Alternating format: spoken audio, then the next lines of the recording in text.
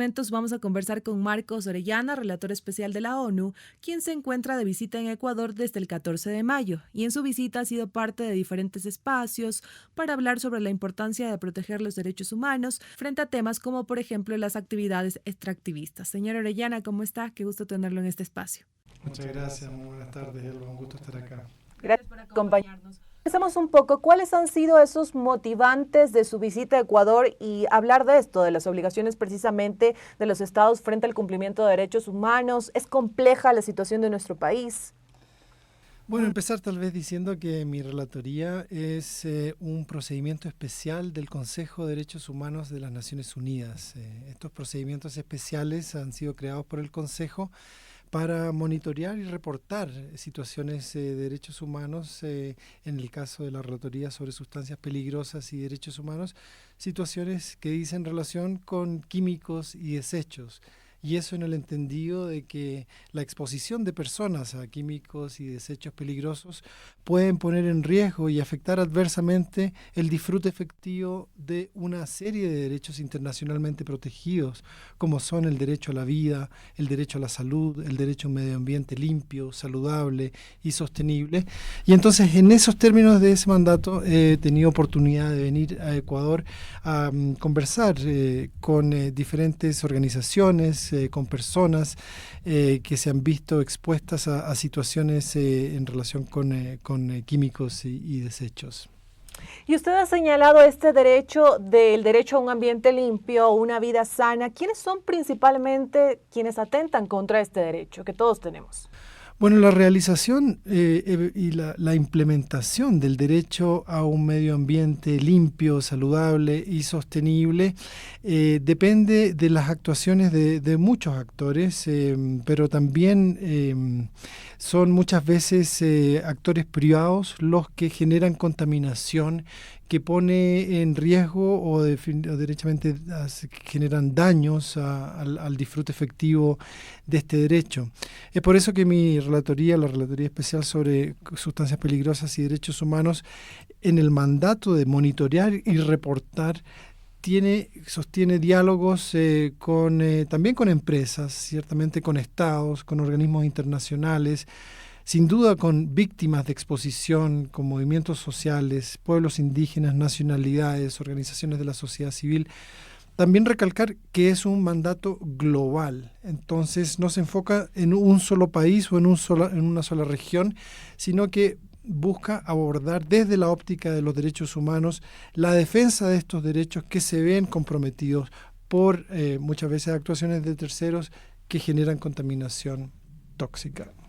Y sobre este monitoreo que están haciendo, que usted ha señalado, pues no solamente es en Ecuador, sino también en otras partes del mundo, ¿qué han podido identificar? Y también en estas reuniones que usted ha tenido la oportunidad, desde que está en Ecuador haciendo esta visita, pues conversar con diferentes actores sociales que también están presentes en el tema ambientalista del Ecuador.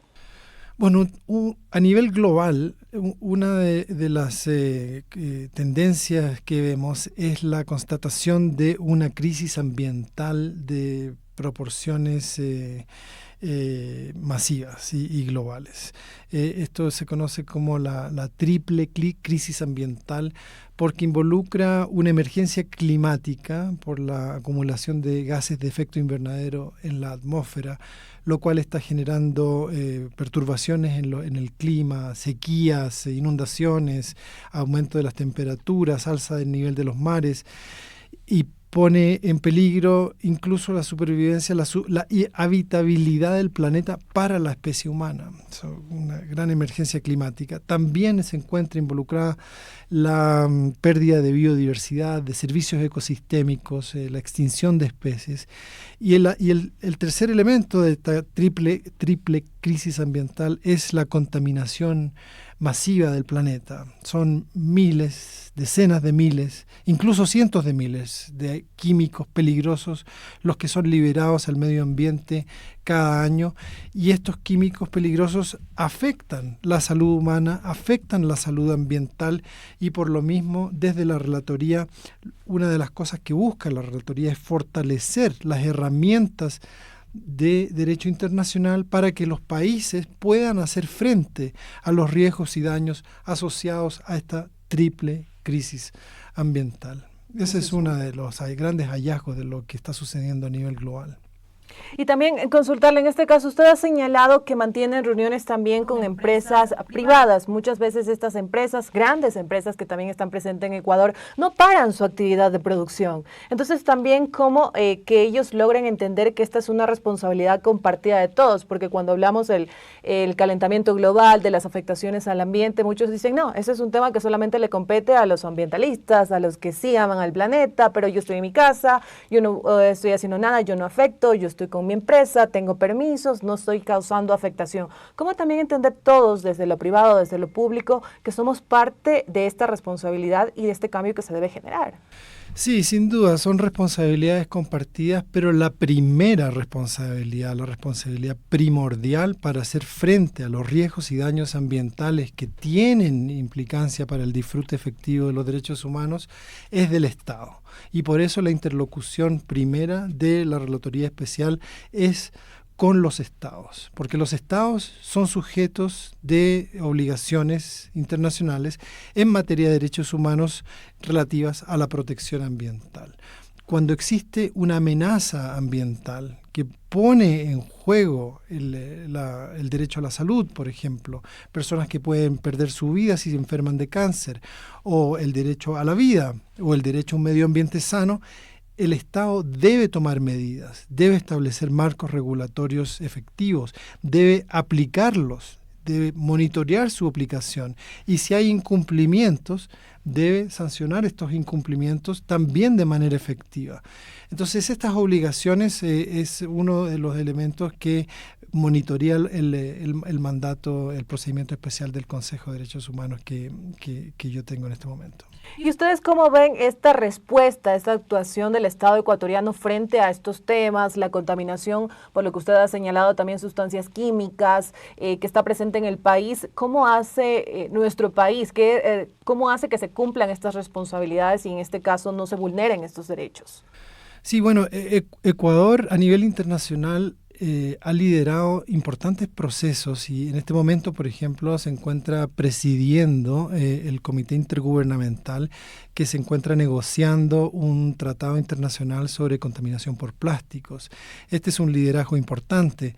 En el contexto del convenio de Escazú, el acuerdo de Escazú sobre derechos ambientales en América Latina y el Caribe, que es un acuerdo reciente que han concluido los países de la región para profundizar los derechos de acceso a la información, participación y justicia, y también para asegurar un entorno propicio al trabajo de defensores ambientales.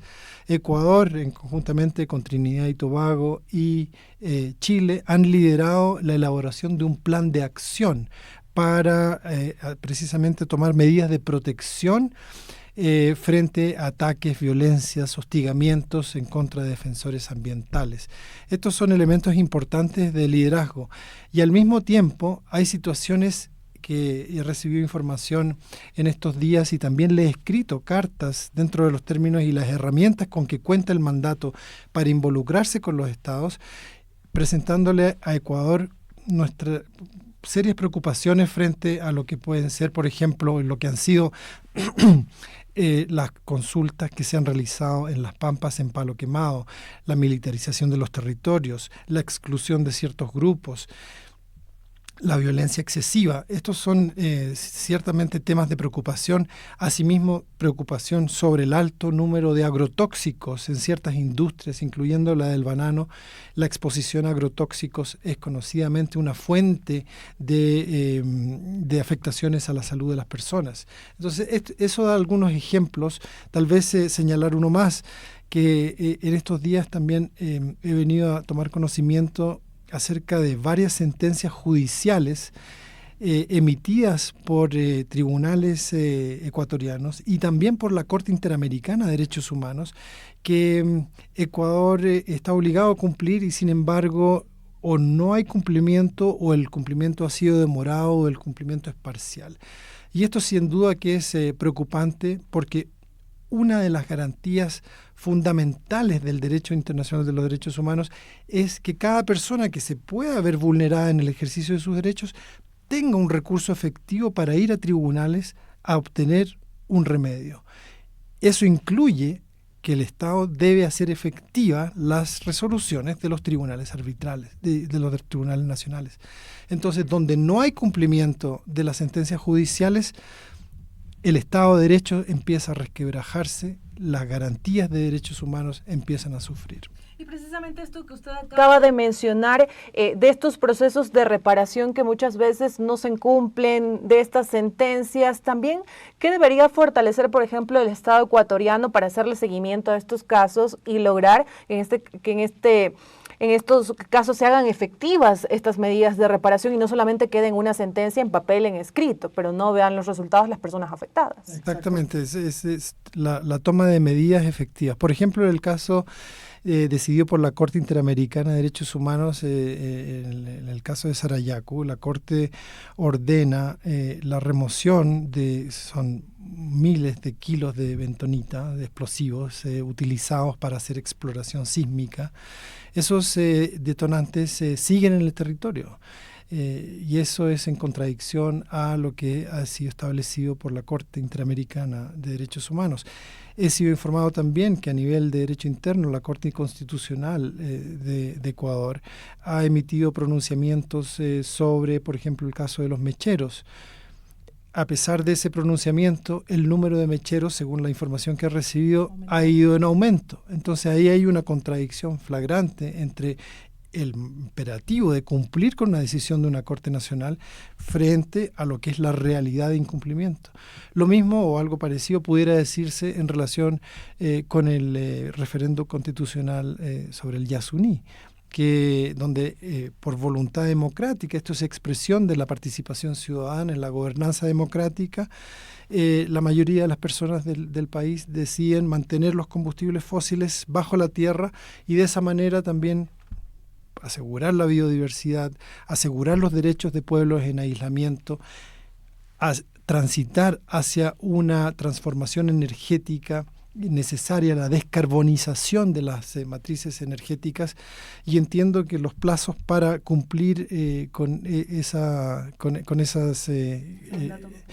mandato popular y con las decisiones de la Corte Constitucional en relación con ese mandato popular están prontos a cumplirse y no han habido o han habido escasos avances para en terreno llevar adelante el cumplimiento de esos mandatos. Y usted ha mencionado casos relevantes, en este caso en el país, como Sarayaku, los mecheros en la Amazonía, el cierre del bloque petrolero en el Yasuní y Teté. Frente a estos casos en donde vemos a colectivos, organizaciones y vimos en su mayoría un mandato popular que pide que en este caso se respeten los derechos en estas zonas y se haga validar la votación popular en las urnas, ¿cuáles también deberían ser esas reflexiones para el Estado ecuatoriano? Decirles de que si continúan en este camino de no cumplir estas sentencias, de pasarse de los plazos, también, ¿cuáles podrían ser las consecuencias para el país, un país tan megadiverso como Ecuador? Bueno, los mecanismos de derechos humanos establecidos a nivel internacional dependen de la buena fe de los estados en el cumplimiento de sus obligaciones. Recalcar también que estas son obligaciones jurídicamente vinculantes, no son opcionales. Entonces el cumplimiento está basado en la honra del Estado. Ese es el concepto que se utiliza en el derecho internacional para avanzar en lo que es la cooperación internacional. Entonces, estos mecanismos lo que buscan, mecanismos de derechos humanos, incluyendo mi relatoría, lo que buscan es proporcionarle al país recomendaciones, poder visibilizar aquellos temas prioritarios para que los países puedan adoptar las medidas que son necesarias para garantizar el respeto efectivo a los derechos humanos. Pero el continuar con estos incumplimientos podría dejar un mal precedente para Ecuador y también una mala imagen. Ciertamente que un país que incumple sus obligaciones internacionales en materia de derechos humanos puede ser emplazado a nivel internacional por otros países, por la sociedad civil, por los pueblos, porque, como vengo diciendo, estas obligaciones internacionales están establecidas en tratados internacionales que son jurídicamente vinculantes. No es una opción cumplir, es una obligación. Perfecto, le agradecemos a nuestro invitado Marcos Orellana, relator especial de la ONU, por estos minutos para los medios comunitarios de Corape, contarnos un poco el trabajo de su relatoría, también esta visita que está haciendo a Ecuador y estas reuniones que ha mantenido en diferentes espacios, porque cierto es una visita académica, usted ha tenido la oportunidad también de reunirse con algunos sectores. Gracias por acompañarnos. Muchas gracias, el placer es mío. Amigos y amigas, sigan en sintonía de los medios comunitarios de la Red Corape, que tenemos varios temas para compartirles a través de este espacio.